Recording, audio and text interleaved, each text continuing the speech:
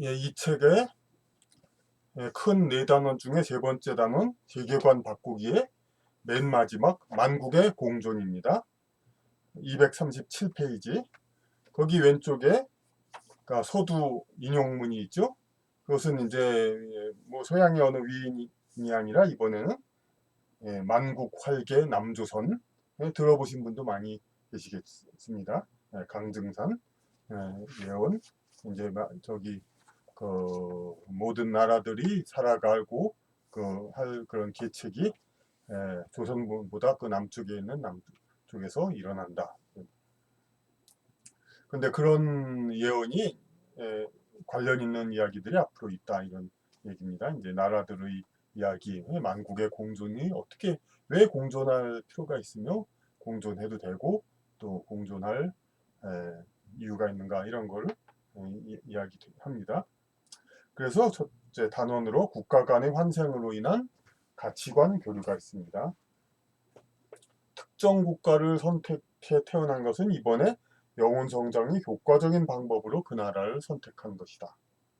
그러니까 앞서도 우리가 그 나라가 있는 이유는 애국심 그런 그 나라들이 있는 이유는 그 나라의 어떤 영혼 성장 교과목 그것이 있어야 되기 때문에 그걸 지키기 위해서 애국심이 있고 나라를 지켜야 할 마음이 있어야 한다. 그런 얘기를 했었죠. 그러니까 그 애국심, 나라를 지켜야 한다. 그 인생 성장의 각 교과목, 지구 학교에서 그것들이 다 보존해야 되고, 어느 대학에서도 물리학과, 화학과, 수학과가 있으면, 뭐, 화학과 필요 없다, 없애.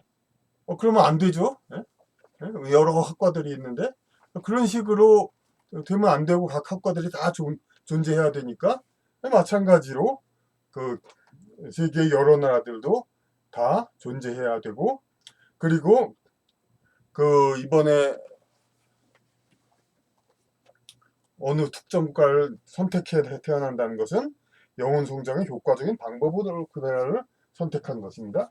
그런데 대개 한 번의 인생으로 그 나라의 모든 것이 다 맞춰지는 것이 아니죠. 한 학기 수강으로 어느 한 과목이 다 끝나지는 게 아닌 것처럼. 그러니까 한 사람은 한 비슷한 문화계, 문화권이나 비슷한 민족, 국가 이런 쪽으로 좀 여러 번 태어날 수도 있다는 얘기죠. 그러니까 우리는 이제 반만년 역사, 실제로 아무리 2000년 남짓이라도 세계 많은 나라들이 대개 몇천 년의 역사를 가진 나라 그런 얘기를 하죠. 그런데 몇천 년 가진 역사를 한다고 해서 그걸 자부심을 가져라. 아니 2000년 사는 사람이 어디 있다고 2000년 역사를 자부심을 가집니까? 에? 하지만 그래도 다 그런 얘기를 하고 또 어느 정도 그냥 우리는 심리적으로 인정을 합니다.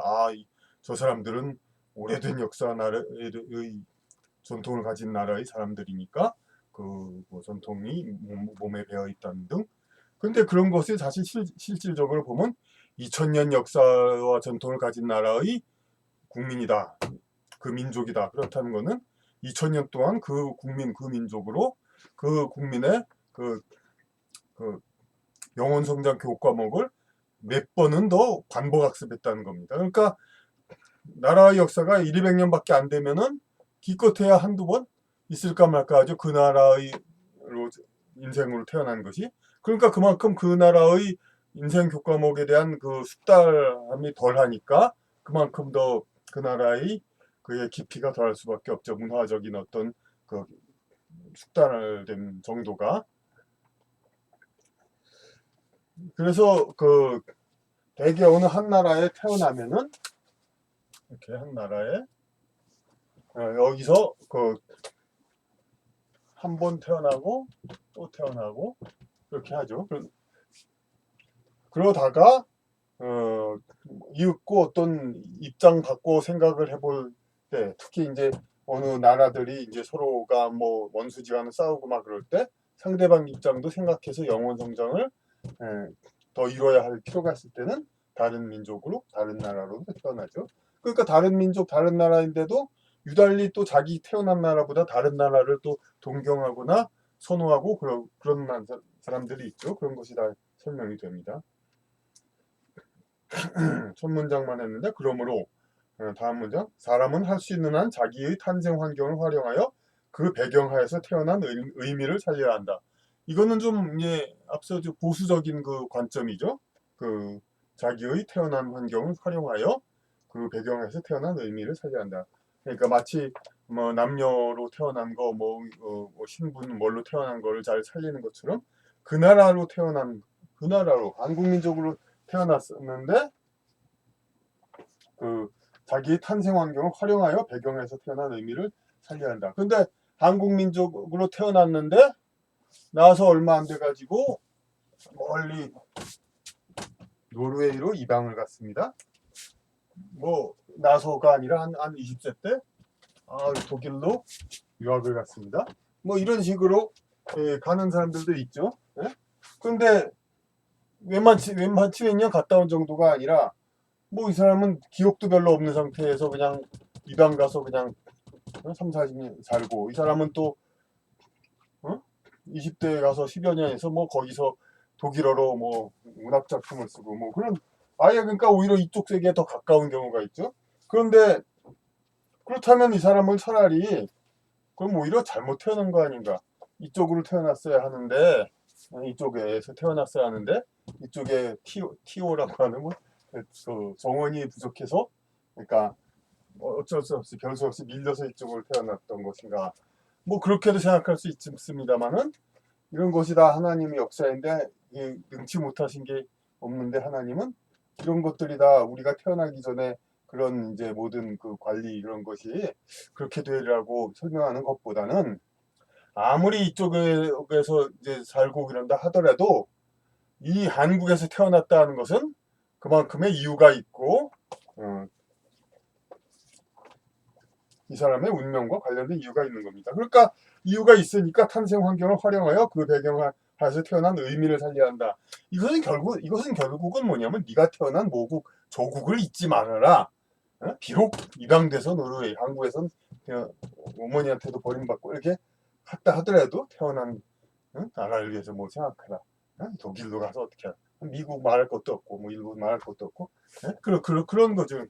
그러니까 결국은 아무리 외국에 갔다 하더라도 한국인으로 태어난 것을 이제 그걸 활용해서 이 한국인이라는 걸 태어난 걸 활용한 건 뭐가 되겠습니까? 여기서 배운 정반합의 새로운 문물을 도로 이제 한국이 발전을 해서 가져올 수가 있죠. 그래서 여기가 더 발전할 수 있게 이 경험을 가져올 수가 있고 그렇죠.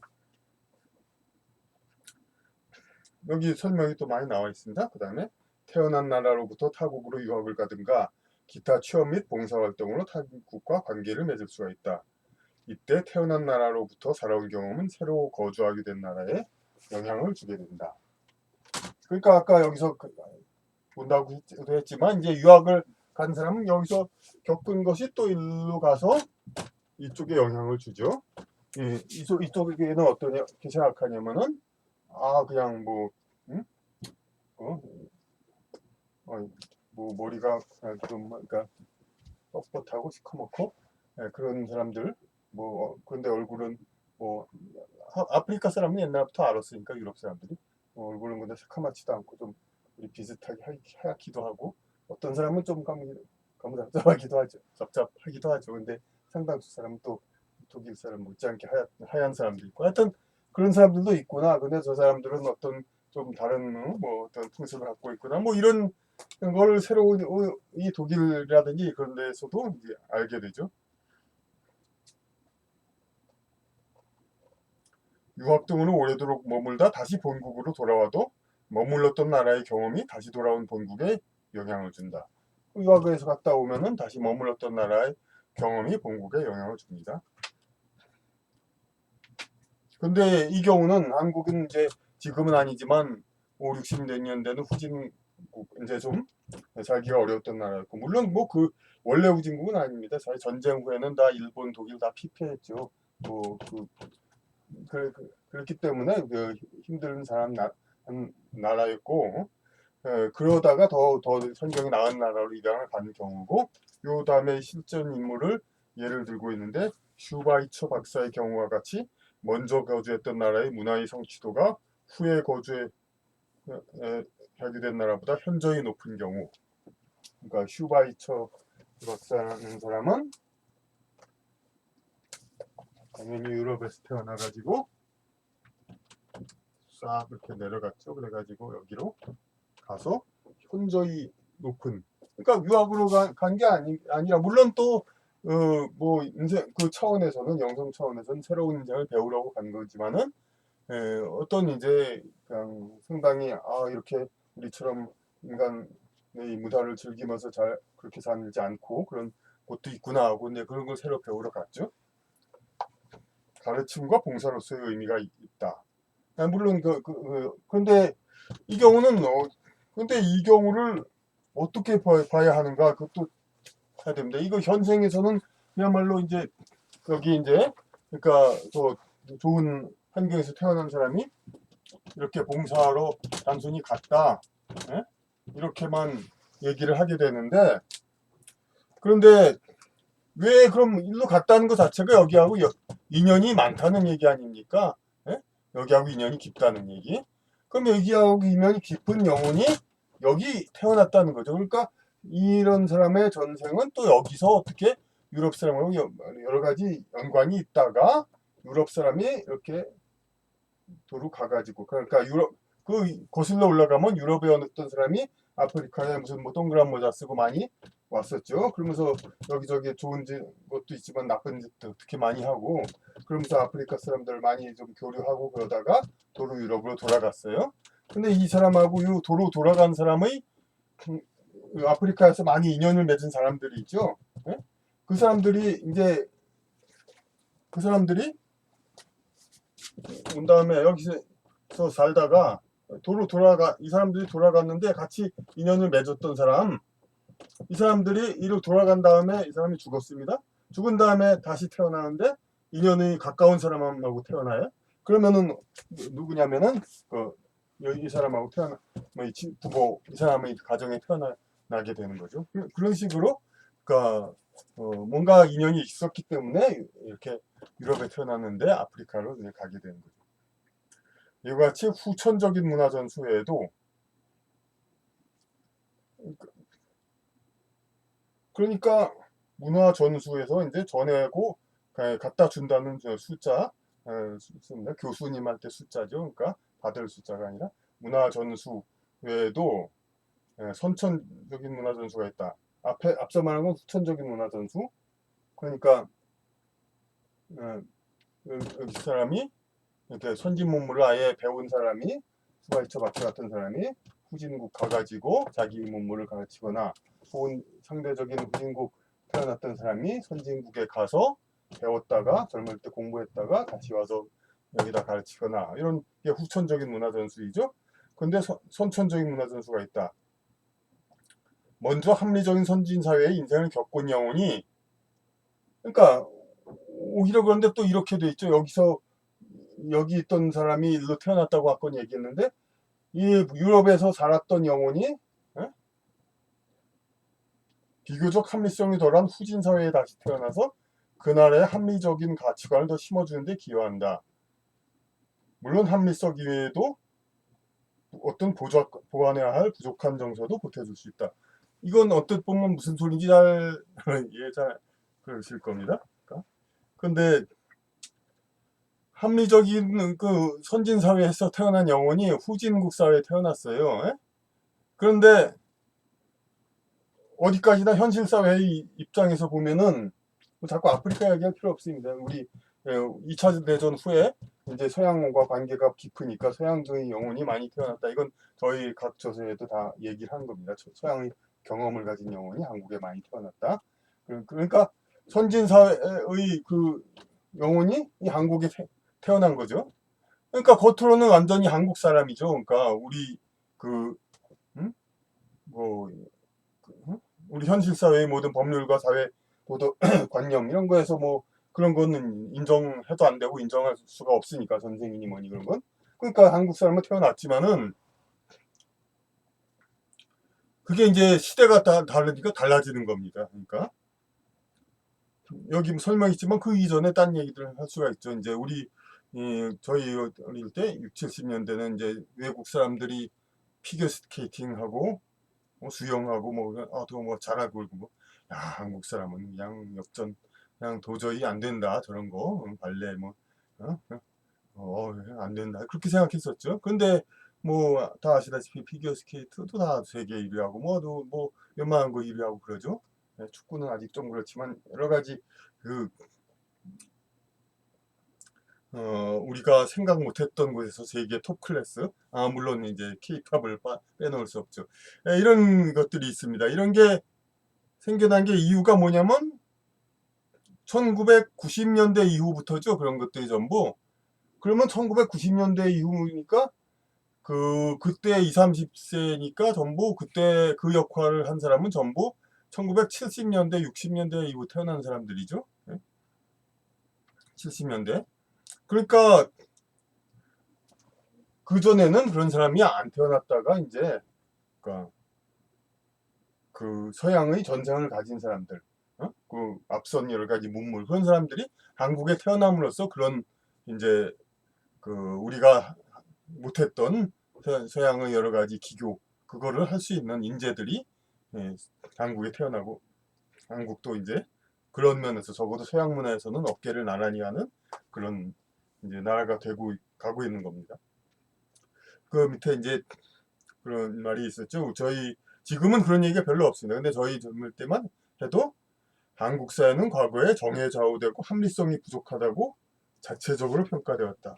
그러니까 한국 사람들은 자꾸 이제 세상 모든 일들을 가지고 그러니까 정으로 하고 무슨 뭐 그냥 사바사바 무슨 뭐 합리적으로 하지 않고 그냥 잘 아는 사람이면 그냥 뭐 봐주고 뭐 하여튼 그런 것이 많다 보니까 사회적으로가 이제 크지 않는다. 그런 얘기들 많이 있었죠. 합리성이 부족하다고. 특히 또 이런 얘기를 하죠.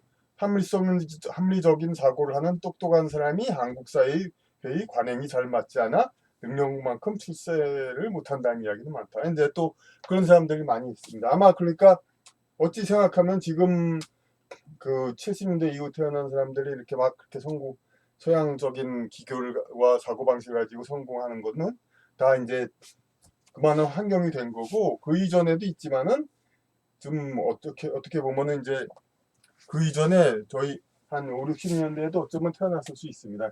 그러니까 왜냐하면 제가 보는 이제 서양 영혼들의 한국의 대거 탄생은 1945년과 1950년 그러니까 대동아공영인 동양권 전체가 서양에 패전을 했기 때문에 서양 문화가 한국에 인식되고 일본과 한국은 영어 공용화의 나라가 되었습니다. 그러니까 그때부터 서양의 영혼들이 많이 한국과 일본 등에 태어나게 됐습니다. 하지만은 아직까지는 그 여건이 안 되다 보니까 마치 성벽을 올라가서 막 먼저 올라간 사람, 용감히 올라간 사람들이 많이 죽는 거 그런 것식으로 총알바지나 그런 희생을 그런 역할을 좀 했습니다.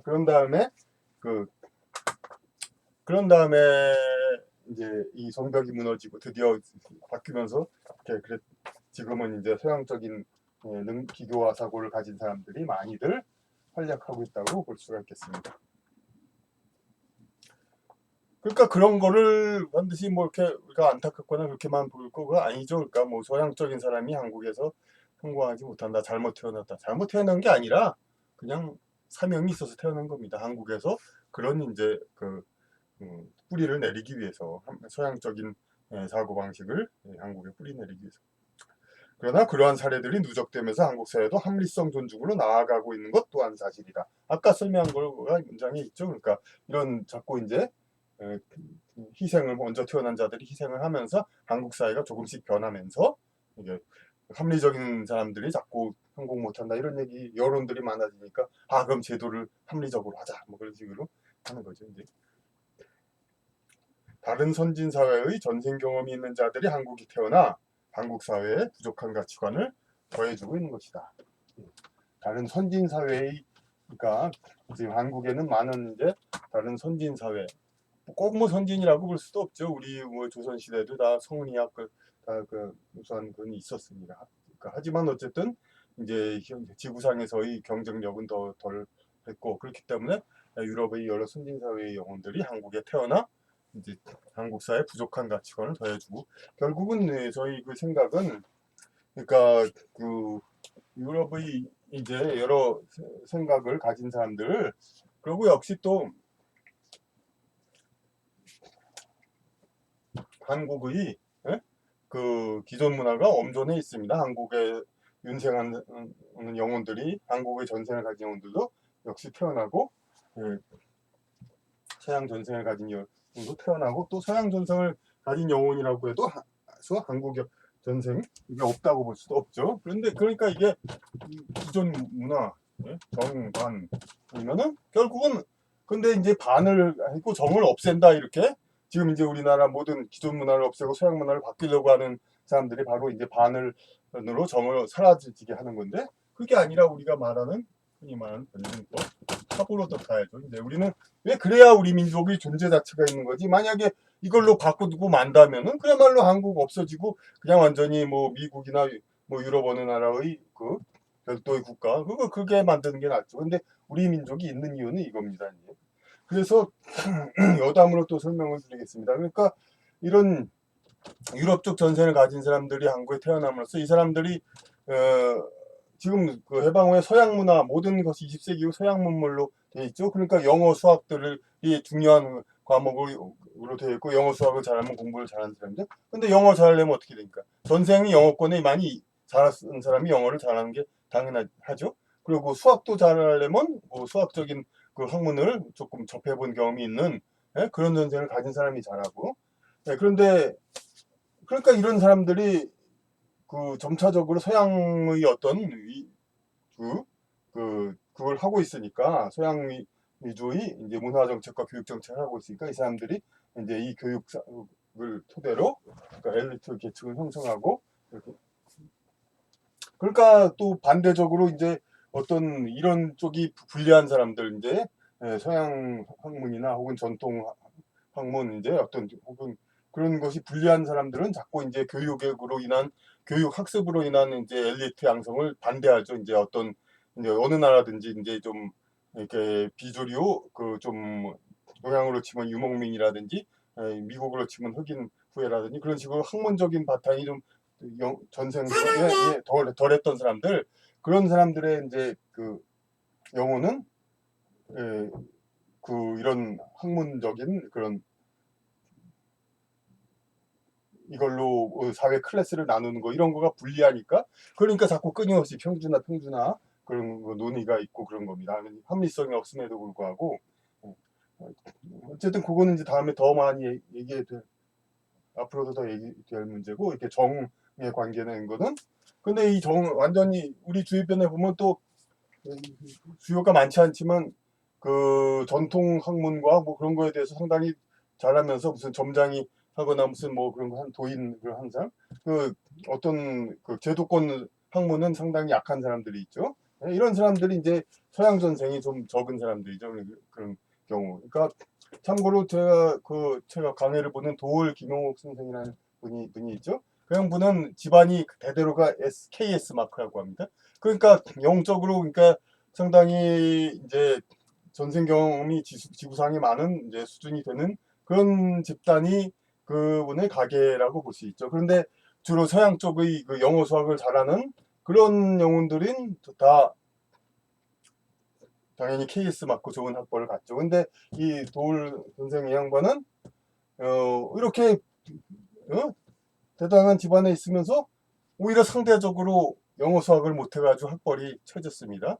그래서 그걸 보충하느라고 물론 나중에는 하버드 그걸로 보충했습니다만은 이분은 그러니까 오히려 상대적으로 이 서양 전생 그런 것이 이렇게 이 다른 가족들처럼 좀 충분히 깊지가 않았죠. 영어 뭐 서양 뭐 있긴 물론 있었겠지만은 이제 영어 쪽은 많지 않고 이제 뭐 대야 이제 라틴 뭐 그 정도 스페인 뭐 그런 정도이겠고 아마 뭐 메소포타미아 뭐 하는 그런 오히려 그리고 또 동양적인 이제 학문 이쪽 전생이 더 비교적 풍부하고 그러니까 당연히 제도권 학문에서 좋은 학벌 따기에는 불리하죠. 그러니까 여러분들은 그러니까 학벌 같은 것도 이런 거에다 관련이 있다는 걸 생각하고 어떤 이제 사람에 대한 어떤 여러 가지 그 그 행로 이런 거에 대해서 좀 우리가 좀 더 입체적으로 다양한 관점으로 봐야겠습니다. 네, 다음번에 더 하겠습니다.